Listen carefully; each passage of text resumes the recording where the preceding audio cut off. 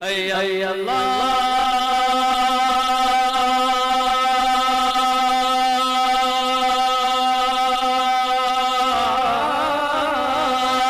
اے اللہ سب کے مقدر میں لکھ دے وہ طیبہ کی گلیاں وہ زمزم کا پانی وہ طیبہ کی گلیاں وہ زمزم کا پانی وہ طیبہ.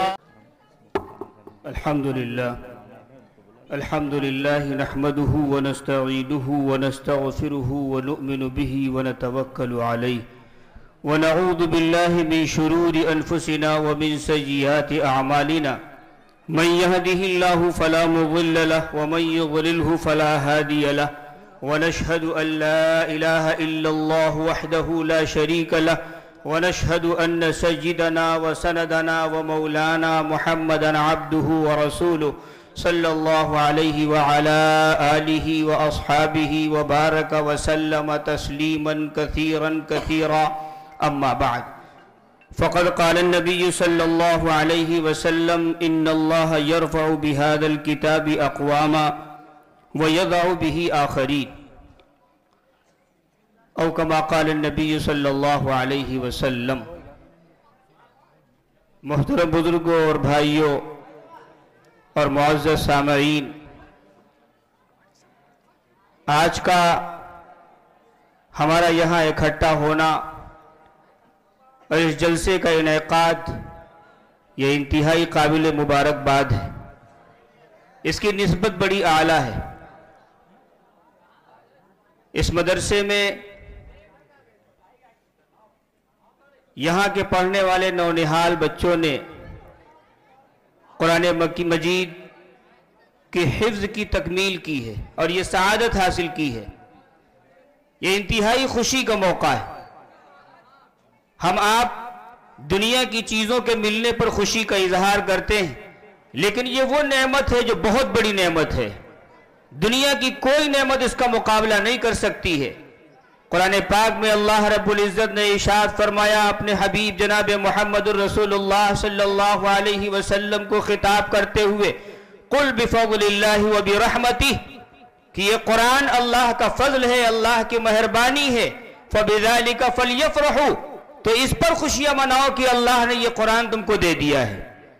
اور فرمایا کہ یہ اس مال سے بہتر ہے جس کو لوگ جمع کرتے ہیں، لہذا تمہیں فرحاں اور شاداں تو اس نعمت پر ہونا چاہیے.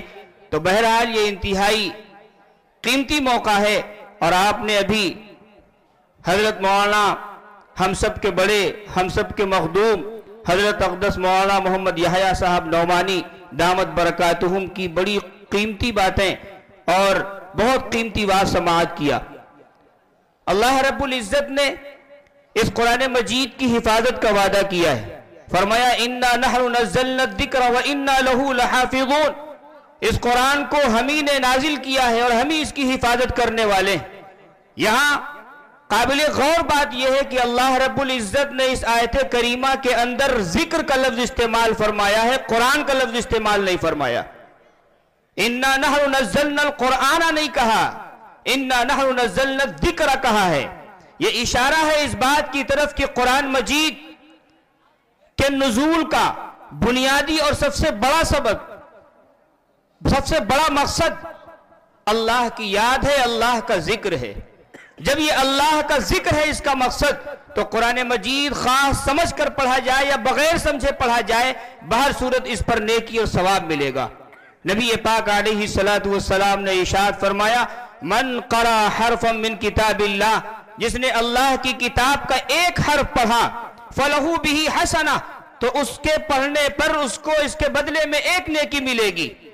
اور آگے ارشاد فرمایا وَالْحَسَنَةُ بِعَشْرِ أَمْثَالِهَا، اور وہ ایک نیکی 10 نیکیوں کے برابر ہے. پھر آپ نے فرمایا لا اقول، میں یہ نہیں کہتا کہ الف لام میم حرفن، کہ الف لام میم یہ مکمل ایک حرف ہے، ولیکن الف حرف ولام حرف ومیم حرف. نبی پاک علیہ الصلوۃ والسلام فرماتے ہیں کہ الف ایک حرف ہے، لام ایک حرف ہے، میم ایک حرف ہے. مطلب یہ کہ اگر کسی نے الف لام میم کہا ہے تو اس پر اس کو 30 نیکیاں مل گئی. تو بہرحال چاہے سمجھ کر پڑھیں یا بغیر سمجھے پڑھیں، ثواب بہر صورت ملے گا. دوسرا مقصد، بڑا جو مقصد ہے وہ مقصد ہے اس قرآن مجید سے ہدایت حاصل کرنا. شہر رمضان الذی انزل فیہ القرآن، رمضان کے مقدس مہینے میں اللہ رب العزت نے قرآن مجید کو گائیڈ بک بنا کر کے، رہنما بنا کر کے، قائد بنا کر کے اللہ رب العزت نے اس کو نازل فرمایا ہے، اتارا ہے. یہ لوگوں کے لیے ہدایت ہے. لیکن لوگوں کو ہدایت کب ملے گی؟ جب لوگ اس سے ہدایت حاصل کرنا چاہیں گے. اور اگر کوئی ہدایت حاصل نہ کرنا چاہے تو ظاہر سی بات ہے قرآن اس کو ہدایت نہیں کرتا ہے. یہ جو حضرات گیٹ پر کھڑے ہوئے ہیں، ادھر ادھر ٹہل رہے ہیں، ان سے مؤدبانہ درخواست ہے کہ ہم جس مقصد کے لیے آئے ہیں جلسے گاہ میں تشریف لے آئیں. بہت تھوڑی دیر ہم بیان کریں گے، اس کے بعد پھر ہمارے مہمان خصوصی حضرت اقدس مولانا امین الحق صاحب دامت برکاتہم کا خطاب ہوگا جو کلیدی خطاب ہوگا، اس لیے تھوڑی دیر کے لیے ہمیں برداشت کر لیں، آپ تشریف لے آئیں. تو میں یہ عرض کر رہا تھا کہ جو ہدایت حاصل کرنا چاہے اس کے لیے ہدایت ہے، لیکن جو ہدایت حاصل نہ کرنا چاہے تو اس کو یہ قرآن ہدایت نہیں کرتا ہے. بلکہ قرآن مجید نے تو یہاں تک کہا ہے کہ لوگوں کا دل، اگر کسی کا دل سخت ہو جائے تو پھر پتھر بھی اس کے سامنے ہیچ ہو جاتا ہے. لو انزلنا هذا القرآن على جبل، کہ اگر اس قرآن کو ہم کسی پہاڑ پر اتارتے تو آپ دو چیزیں دیکھتے. ایک چیز تو یہ کہ لرأیتہ خاشعا، کہ یہ لرز رہا ہوتا اللہ کی ہیبت سے، اللہ کے کلام کی ہیبت سے. متصدعا، اور یہ ریزہ ریزہ ہو جاتا، یعنی وہ پتھر بھی، پہاڑ بھی برداشت نہیں کر سکتا تھا. اور ایک جگہ پہ پہلے پارے میں اللہ رب العزت نے قرآن مجید کے اندر ارشاد فرمایا کہ جب دل کسی کا سخت ہو جائے تو وہ پتھر سے بھی زیادہ سخت بن جاتا ہے، پتھر کی طرح یا پتھر سے بھی زیادہ سخت. بلکہ پتھروں میں بعض ایسے ہوتے ہیں کہ جن سے نہریں جاری ہوتی ہیں، جھرنے جاری ہوتے ہیں، اور بعض وہ ہوتے ہیں جن کے اندر سے پانی رستا ہے، اور بعض اللہ کی ہیبت سے، اللہ کے خوف سے، ڈر کی وجہ سے لڑھک جاتے ہیں، گر جاتے ہیں. تو بہرحال اگر کوئی ہدایت حاصل نہ کرنا چاہے تو اس کو ہدایت نہیں مل سکتی ہے. قرآن مجید میں اللہ رب العزت نے ارشاد فرمایا کہ اگر ہم اس قرآن کو، اس کے اندر ایک ایسی تاثیر پیدا کر دیتے کہ جس کی وجہ سے پہاڑ اپنی جگہ سے چل جاتے، لو ان قرآنا، اگر ہم اس قرآن کو ایسا بنا دیتے، سیرت بہ الجبال، کہ قرآن کی کوئی آیت پڑھی اور پہاڑ یہاں سے امریکہ چلا گیا، چلنے کی صلاحیت اس کے اندر پیدا ہو جاتی. او قطعت بہ الارض، یا قرآن کی کوئی آیت پڑھی، کسی سواری کی ضرورت نہیں، یہاں سے دوسرے ملک پہنچ گئے، آیت پڑھی پہنچ گئے. او کلم بہ الموتى، یا قرآن کی کوئی آیت پڑھ کر کے کسی قبر پر پھونک مار دی، مردہ زندہ ہو گیا، بات کرنے لگا. اللہ کہتا ہے کہ اگر ایسی بھی تاثیر ہم پیدا کر دیتے اور کوئی قرآن سے ہدایت حاصل نہ کرنا چاہتا، اس کا دل پتھر ہو چکا ہوتا، اس سے بھی زیادہ سخت ہو چکا ہے، تو پھر اس کو بھی ہدایت نصیب نہیں ہو سکتی ہے. یہ ساری چیزیں دیکھنے کے بعد بھی وہ یہی کہے گا کہ جادو کر دیا ہے. ایک واقعہ ہے حضرت رکانہ رضی اللہ تعالیٰ عنہ کا. جنگل میں بکریاں چرا رہے تھے، حضور اکرم صلی اللہ علیہ وسلم کا ادھر سے گزر ہوا. آپ نے دین کی دعوت دی، توحید کی دعوت دی، ایمان قبول کرنے کی دعوت دی. انہوں نے کہا کہ اے محمد صلی اللہ علیہ وسلم، آپ کی بات ہمارے سمجھ میں نہیں آ رہی، ہم پہلوان ہیں، آپ ایسا کرو ہم سے کشتی لڑ لو، ہم کو پچھاڑ دو. اگر آپ مجھے ہرا دیتے ہو، پچھاڑ دیتے ہو، پٹخنی دے دیتے ہو تو ہم آپ کی بات مان لیں گے، ایمان قبول کر لیں گے. نبی پاک علیہ السلام نے فرمایا کہ چلو آؤ یہ بھی کر لیتے ہیں. آپ نے اس سے کشتی لڑی اور اس کو ایک لہجے میں پچھاڑ دیا، پٹخنی دے دی. وہ جھاڑ پوچھ کر کے اٹھا اور کہا کہ ارے یہ تو اتفاقاً ہو گیا، ایک موقع اور دیجئے، پھر سے لڑیے. حضور اکرم صلی اللہ علیہ وسلم نے دوبارہ پھر اس کو پٹخنی دی اور وہ کھڑا ہوا کہنے لگا تم نے جادو کر دیا ہے. یعنی تب بھی ماننے کے لیے تیار نہیں. لیکن پھر ہجرت کے بعد اللہ رب العزت نے ان کے سینے کو کھول دیا اور نور ایمان سے ان کے سینے کو معمور کر دیا. وہ مدینہ تشریف لائے اور ایمان قبول کر لیا. تو کہنے کا مقصد یہ کہ اگر کوئی عبرت حاصل نہ کرنا چاہے, نصیحت حاصل نہ کرنا چاہے, تو اس کو کبھی نصیحت حاصل نہیں ہو سکتی ہے. اور یہ قرآن میرے بھائیوں بزرگوں اتنی بڑی دولت ہے, اتنی بڑی نعمت ہے, اس کی قدر آج نہیں ہے, ایک وقت ایسا آئے گا کہ اس نعمت کی قدردانی وہاں ہوگی. جیسے آج اللہ رب العزت نے ہمیں اور آپ کو آنکھوں سے نواز رکھا ہے. یہ آنکھ کی نعمت, آنکھ کی دولت, ہم اس کی قدر نہیں کر رہے ہیں. لیکن خدا نہ خواستہ کسی کی آنکھ کو کوئی صدمہ پہنچ جائے, اس کی بینائی چلی جائے, تو وہ کل کائنات دے کر کے, اگر وہ کل کائنات کا مالک ہے, دنیا کی تمام نعمتوں کا مالک ہے, تمام مال و دولت کا مالک ہے, تو وہ سب کچھ دے کر کے ایک آنکھ لینے کے لیے تیار ہو جائے گا. لیکن آج ہمارے پاس ہے تو اس کی قدر نہیں ہے. اسی طرح ایک موقع آئے گا کہ اس نعمت کی قدردانی وہاں ہوگی. قیامت برپا ہوگی, فیصلہ ہو جائے گا, جنتی جنت میں, جہنمی جہنم میں, اور جہنمیوں کی مہمان نوازی چل رہی ہوگی. جہنمیوں کی مہمان نوازی جہنم میں کیسی؟ قرآن مجید نے اس کو ذکر کیا ہے. فرمایا ان شجرۃ الزقوم طعام الاثیم, یہ زقوم کا درخت یہ بڑے گنہگاروں کا کھانا ہے. اور اللہ رب العزت نے یہ زقوم اللہ کب کھلائیں گے؟ جہنم میں. مفسرین نے لکھا ہے کہ جہنم میں داخلے سے پہلے اللہ تعالیٰ یہ زقوم کھلائے گا, کیونکہ قرآن نے کہا ہے ھذا نزلھم یوم الدین, قیامت کے دن یہ ان کی چھوٹی مہمان نوازی ہوگی اس سزا کے ذریعے سے. جیسے ہوتا نا کہ گھر میں کوئی مہمان آتا ہے, یہ دعوت میں ہم جاتے ہیں, پہلے ناشتہ دیا جاتا ہے, اس کے بعد بڑی دعوت ہوتی کھانے کی. اسی طرح جہنم میں داخلے سے پہلے یہ مہمان نوازی ہو رہی ہے جہنمیوں کی. اور یہ کیسی مہمان نوازی ہے؟ فرمایا یہ زقوم کا درخت جب یہ کھائیں گے کل محل, یہ پیٹ کے اندر اس طریقے سے کھولے گا جس طریقے سے سونے اور چاندی اور دھات کو پگھلا دیا جائے اور وہ بہ پڑتا ہے, اسی طریقے سے دھات کی طریقے سے وہ پیٹ کے اندر جا کر کے پگھلے گا. اور جس وقت یہ جہنمی اپنے منہ میں ڈالیں گے تو اس پھل کو منہ کے اندر ڈالنے کے سبب نیچے کا ہونٹ اس میں اتنا ورم پیدا ہو جائے گا کہ نیچے کی ٹھوڑی وغیرہ سب سوج کر کے سینے کے اوپر اس کا ہونٹ نیچے کا لٹک جائے گا اور اوپر کا اس کے چہرے کو چھپا دے گا. اس طرح اس کی یہ تاثیر ہوگی. اور پھر جب یہ کھائیں گے پیٹ کے اندر جائے گا اور یہ دھات کی طرح بن جائے گا. اور اس کے بعد اللہ رب العزت ارشاد فرماتے ہیں قرآن مجید کے اندر کغلی الحمیم, یہ ہانڈی کے اندر پانی کے کھولنے کی طرح کھولے گا. اور یہ تو ایک منظر ہوا. دوسرا منظر یہ ہوگا کہ اللہ رب العزت فرمائیں گے خذوہ, اس کو پکڑو, فاعتلوہ الی سواء الجحیم, اور اس کو زبردست طریقے سے کھینچ کر کے جہنم کے بیچ میں لے جاؤ. اور پھر اس کے بعد اللہ فرمائے گا ثم صبوا, فرشتوں کو حکم دے گا کہ اس کے سر کے اوپر کھولتا ہوا گرم پانی بہا دو. اور اللہ فرمائے گا ذق, چکھو, فإنک انت العزیز الکریم, دنیا کے اندر تم بہت بڑے مکھیا تھے, سردار تھے, پردھان تھے, کہاں گئی تمہاری سرداری؟ آج اگر تم اپنے آپ کو عذاب سے چھڑا سکتے ہو تو چھڑا لو.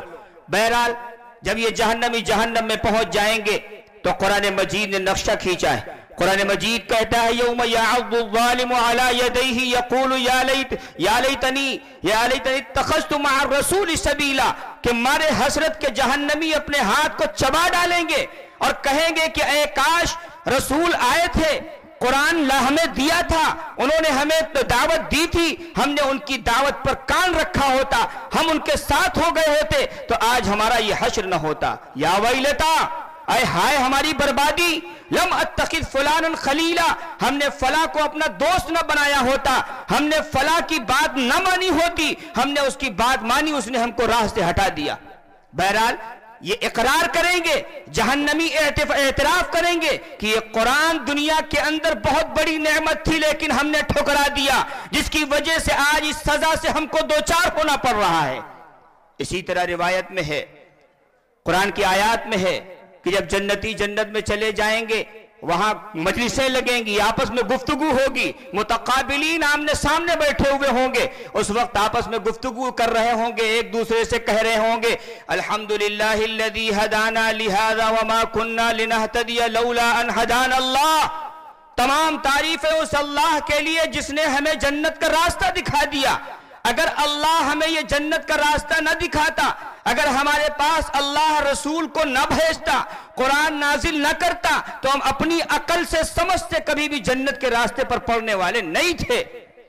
اور وہ یہ اقرار کریں گے لَقَدْ جَاءَتْ رُسُلُ رَبِّنَا بِالْحَقِّ، پیغمبر جو بھی لے کر آئے تھے وہ بالکل برحق تھا۔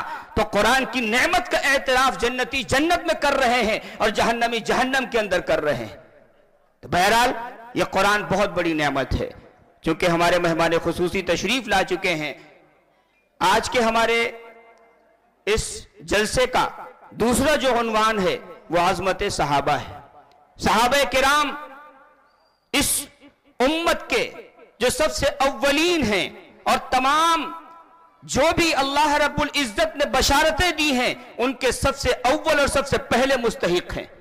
حضرات صحابہ کرام کے تعلق سے مشکات شریف میں روایت ہے، نبی پاک علیہ السلام نے فرمایا اصحابی کالملح فی الطعام، اصحابی فی امتی کالملح فی الطعام، میرے صحابہ میری امت کے اندر ان کا مقام یہ ہے جیسے کھانے کے اندر نمک ہوتا ہے، لا يصلح الطعام الا بالملح، اس لیے کہ کھانا بغیر نمک کے بیکار ہوتا ہے، کھایا نہیں جا سکتا ہے۔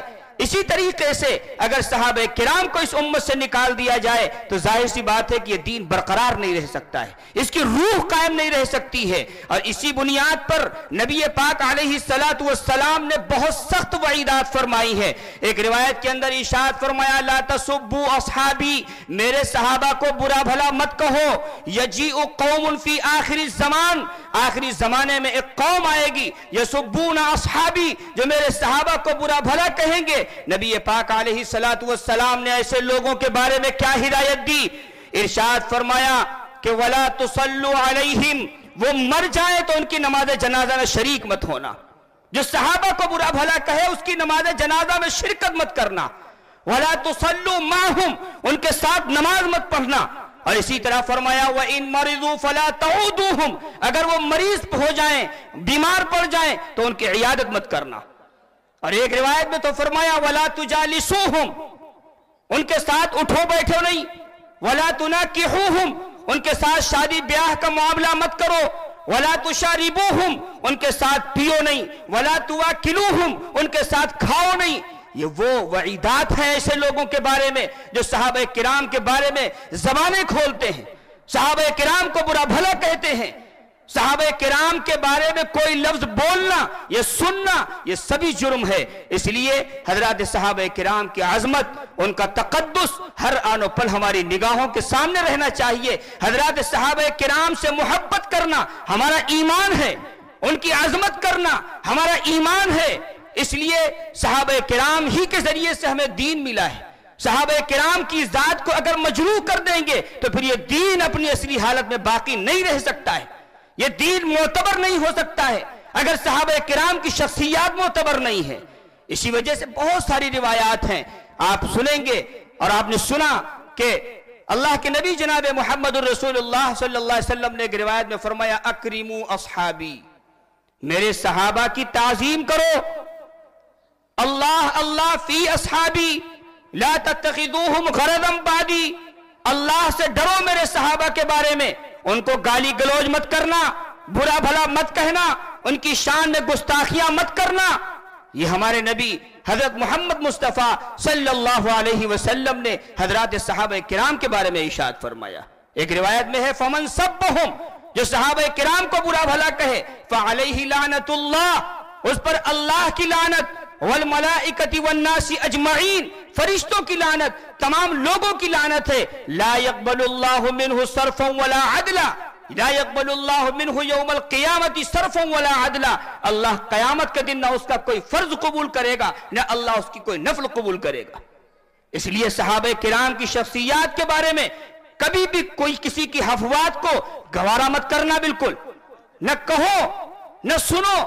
صحابہ کرام سے چمٹے رہیں گے تو دین ہمارا برقرار رہے گا۔ خود نبی پاک علیہ السلام نے فرمایا کہ بنی اسرائیل کے اندر 72 فرقے ہوئے تھے، اس تفتریق ہماری امت 73 فرقوں میں بٹ جائے گی۔ اور اس کے بعد صحابہ کرام نے پوچھا اے اللہ کے نبی صلی اللہ علیہ وسلم اس میں ناجی فرقہ کون ہوگا؟ تو نبی پاک علیہ السلام نے فرمایا ما انا علیہ و اصحابی، جس پر میں ہوں اور میرے صحابہ ہیں۔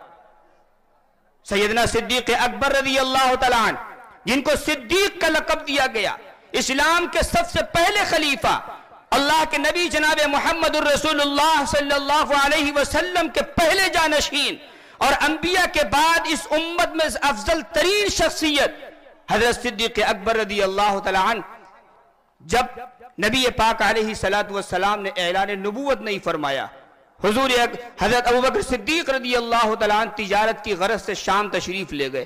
آپ نے وہاں ایک خواب دیکھا، جو عیسائی راہب تھا، ایک عالم تھا، اس کے پاس آپ گئے، اپنا خواب ذکر کیا تاکہ وہ تعبیر بتائے۔ اس نے تعبیر بتائی، اور کیا تعبیر بتائی؟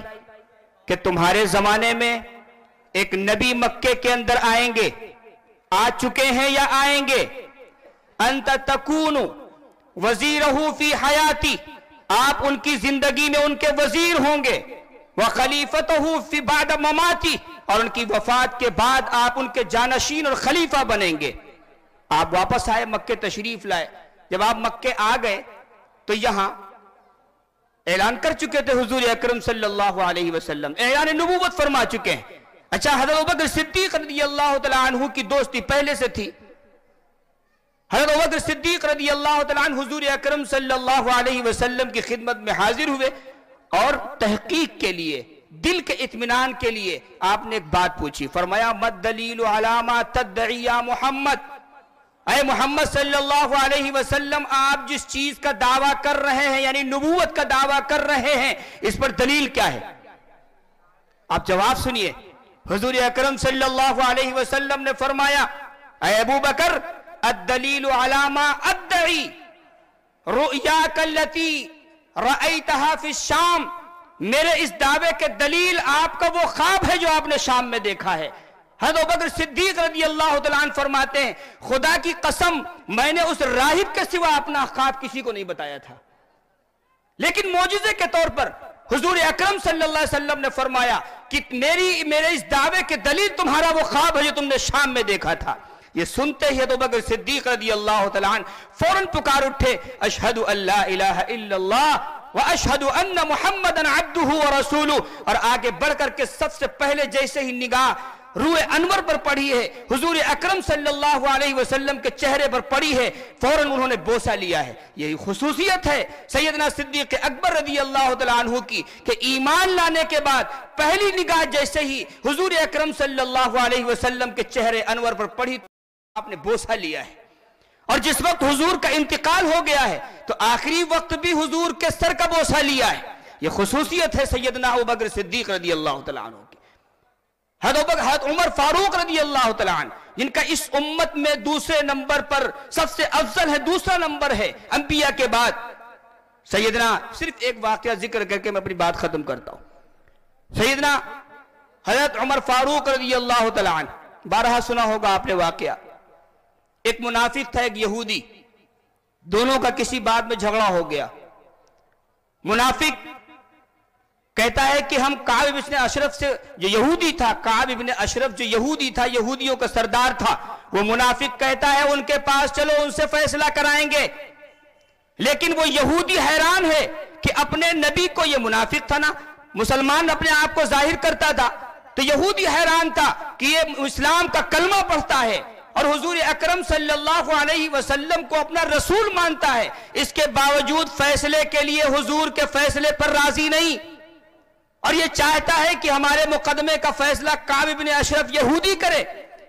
اور مقصد کیا تھا کہ کعب ابن اشرف کے پاس جائیں گے، وہاں دھیرے سے رشوت سرکا دیں گے تو ہمارے حق میں وہ فیصلہ کر دے گا، اس لیے منافق لے جانا چاہتا تھا جو کہ خود کو مسلمان کہتا تھا۔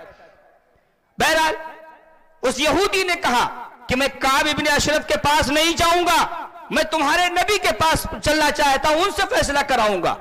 حضور اکرم صلی اللہ علیہ وسلم کے پاس یہ مقدمہ آیا، حضور اکرم صلی اللہ علیہ وسلم نے دونوں کی بات سنی، دلائل یہودی کے حق میں تھے. فقضى رسول اللہ صلی اللہ علیہ وسلم لليہودی، حضور اکرم صلی اللہ علیہ وسلم نے یہودی کے لیے فیصلہ کر دیا. اب یہ منافق کہتا ہے کہ ہم نے تمہاری بات مانی، حضور سے فیصلہ کرایا، اب تم ہماری ایک بات مانو اور چلو عمر کے پاس چلتے ہیں، وہاں فیصلہ کرائیں گے.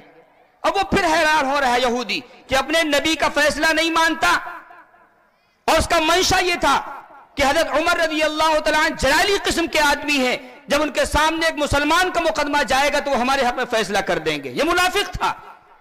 بہرحال حضرت عمر رضی اللہ تعالیٰ عنہ کے پاس مقدمہ پہنچا. حضرت عمر فاروق رضی اللہ تعالیٰ عنہ نے دونوں کی بات سنی.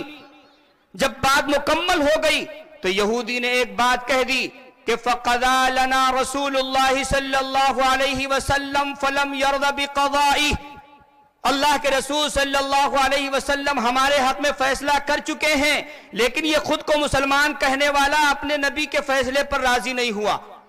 حضرت عمر رضی اللہ تعالیٰ عنہ فرماتے ہیں اچھا یہ بات ہے. اندر تشریف لے گئے، تلوار لے کر آئے اور اس کی گردن اڑا دی. بلکہ اس سے پہلے تفتیش کے لیے پوچھا، اس سے کہا کیا معاملہ هذا الامر كذلك، کیا معاملہ ایسا ہی ہے جیسے یہودی کہہ رہا ہے؟ اس منافق نے کہا نعم، جی ہاں معاملہ ایسا ہی ہے. حضرت عمر رضی اللہ تعالیٰ عنہ نے اس کی گردن اڑا دی، زمین پر گری، اور اس کے بعد فرمایا هكذا لمن لم يرضى بقضاء الله ورسوله، اس شخص کے لیے میرا فیصلہ یہی ہے جو اللہ اس کے رسول کا فیصلہ نہ مانے. اب تو ایک ہنگامہ ہو گیا مدینے میں کہ عمر رضی اللہ تعالیٰ عنہ تو مسلمانوں کو بے سوچے سمجھے مارتے ہیں، حالانکہ وہ منافق تھا، دل کے اندر کفر تھا، اپنے آپ کو مسلمان ظاہر کرتا تھا. ایک ہنگامہ برپا کر دیا اس کے متعلقین نے. حضور کی خدمت میں گئے اور کہا کہ عمر رضی اللہ تعالیٰ عنہ تو بغیر سوچے سمجھے مسلمانوں کو مار رہے ہیں، اور یہ ہمارا ساتھی تھا جو آپ کی خدمت میں آیا لیکن ادب کی وجہ سے پوری بات کہہ نہ سکا، تکلف تھا، تو اس نے سوچا عمر کی خدمت میں جائیں گے تو بے تکلف بات کہہ سکتے ہیں، اس لیے وہاں چلا گیا تھا. حضور اکرم صلی اللہ علیہ وسلم کو صدمہ پہنچا کہ عمر رضی اللہ تعالیٰ عنہ یہ کیسے کر سکتے ہیں. فرمایا جاؤ بلا کے لاؤ. حضرت عمر رضی اللہ تعالیٰ عنہ جس وقت دربار رسالت میں تشریف لا رہے ہیں، حاضر ہو رہے ہیں، راستے میں 3 مرتبہ آسمان کی طرف اپنا چہرہ اٹھایا اور اللہ سے مناجات کی کہ اے اللہ میرا ایمان ہے اور میرا یقین ہے اس بات پر کہ حضور کے دربار میں پہنچنے سے پہلے پہلے آپ کا عادل حضور کے پاس آ جائے گا، جبرائیل آپ کے پاس آ جائیں گے. چنانچہ حضرت عمر رضی اللہ تعالیٰ عنہ نبی پاک علیہ السلام کی خدمت میں پہنچے تو وہاں حضرت جبرائیل تشریف لا چکے ہیں اور یہ آیت نازل ہو چکی ہے فَلَا وَرَبِّكَ لَا يُؤْمِنُونَ حَتَّى يُحَكِّمُوكَ فِي مَا شَجَرَ بَيْنَهُمْ. جو اللہ کے فیصلے پر، رسول کے فیصلے پر راضی نہیں ہے، نہیں مانتا، وہ ایمان والا ہو ہی نہیں سکتا ہے. اور ساتھ میں حضرت جبرائیل نے یہ بھی کہا کہ اے محمد صلی اللہ علیہ وسلم حضرت عمر رضی اللہ تعالیٰ عنہ کو یہ بشارت دے دیجئے کہ اللہ نے آسمانوں پر آج سے عمر کا نام فاروق رکھ دیا ہے، حق و باطل کے درمیان فرق کرنے والا. تو بہرحال یہ مقام تھا حضرات صحابہ کرام کا. بہت ساری روایات ہیں، قرآن اس سے بھرا پڑا ہے، بار بار ہم آپ سنتے ہیں. اس لیے اگر کوئی شخص آتا ہے صحابہ کرام کی شان میں حفوات بکتا ہے، بکواس کرتا ہے، بھونکتا ہے، تو آپ اس سے ہرگز متاثر نہ ہو. صحابہ کرام کے خلاف بدزنی یا بدزبانی یہ کفر کے درجے کی چیز ہے. اس لیے اللہ تعالی ہم سب کی حفاظت فرمائے اور صحابہ کرام کی سچی عقیدت اور ان سے سچی محبت ہم سب کے دلوں کے اندر راسخ فرمائے اور اللہ تعالی ان کے نقش قدم کی اتباع کی توفیق مرحمت فرمائے. حضرت مولانا تشریف لا چکے ہیں. وآخر دعوانا الحمدللہ رب العالمین.